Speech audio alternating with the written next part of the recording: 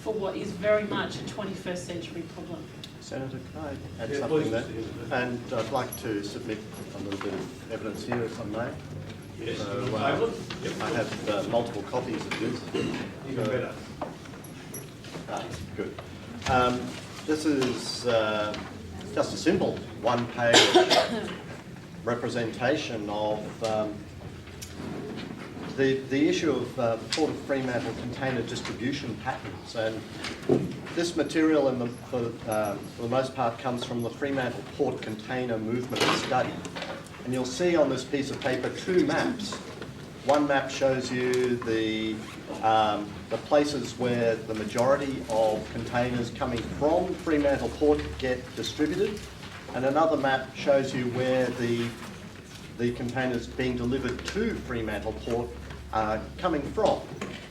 And underneath those maps, I've given one table which also comes from that report, and it shows you that 61% of the containers coming from Fremantle Port are delivered to areas where, if you look at the final map down on the right-hand side, that's provided by the City of Coburn.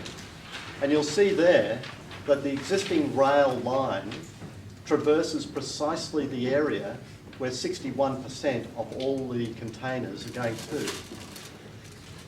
Now, the Fremantle Road to Rail campaign simply points out that logically, if we need to deal with the freight burden from Fremantle Port, that the railway line would be the first place to look to improve the distribution and delivery of containers to and from Fremantle Port. And if you also look at that map from the City of Coburn, you'll see it goes down to Kwinana. The railway line goes down to Kwinana. And so if there is an outer harbour built, we contend that we should be looking at the railway line as the primary way for dealing with the freight burden for the new port. So you asked the question, would anybody object to an outer harbour being built? Fremantle Road to Rail would not, and we would say we would like to see rail being looked at as being the greater part of shifting the freight burden.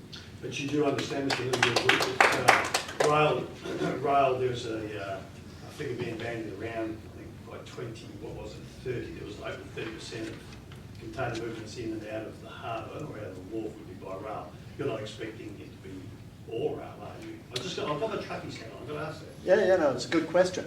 And it's a very good question exactly what the percentage is that the government is currently aiming at, because Main Roads Commissioner Waldock spoke of a 23% target on June the 25th when he was speaking to a committee hearing in the WA Parliament. I thought you were going to say he came and met the residents and had a chat with them. No. I'm afraid we don't get consulted, we only get spied upon.